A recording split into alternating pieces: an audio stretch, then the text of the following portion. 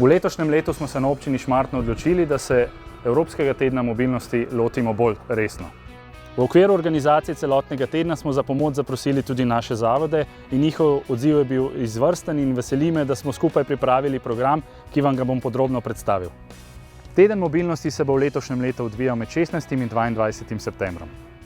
Ena izmed zavez občinske uprave je predvsem to, da se zaposleni in zaposlene na občini Šmartno, ki so doma bližje, na delo odpravijo z drugačno obliko prevoza kot je avtomobil.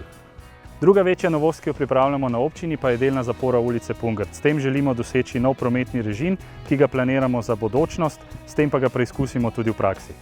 Skozi celotno ulico je predviden enosmerni promet v smeri od obračališča proti centru.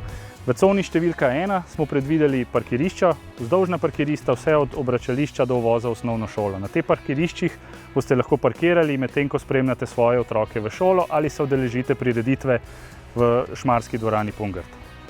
Cono številka 2 smo predvideli med uvozom v šolo in izvozom pri avtobusni postaji. Tukaj bomo vzpostavili cono, ki se imenuje Kiss and Ride in je v Sloveniji že znana. Tukaj boste odložili svoje otroke in varno bodo prišli do šole. Uvoz in izvoz iz osnovne šole bosta zaprta, samo v jutranjem času bo dostop dovoljen zaposlenim. Cona številka 3 ostaja enaka kot sedaj, na tem mestu je predvidena avtobusna postaja, kjer bojo avtobusi odlagali osnovnošolke in osnovnošolce. V šoli pripravljamo peš bus, to pomeni, da bo vsi otroci iz okolice lahko v spremstvu spremljevalca prišli peš do osnovne šole. Končne postaje oziroma začetne postaje peš busa so znane, otroci se pa seveda lahko priključijo tudi v mestnih postajah, ko mimo pride peš bus. Poleg ostalih aktivnosti seveda se obrnite na našo spletno stran, kjer je dostopnih tudi več informacij glede vseh dogodkov v okviru Evropskega tedna mobilnosti. Zaposleni vrtca Ciciban so vam pripravili pesten program, ki bo med drugim zajemal družinski dan, postavitev kolesarskega poligona pri vrtcu, da se bodo vaši najmlajši lahko preizkusili v vožnji in pa pohod zaposlenih.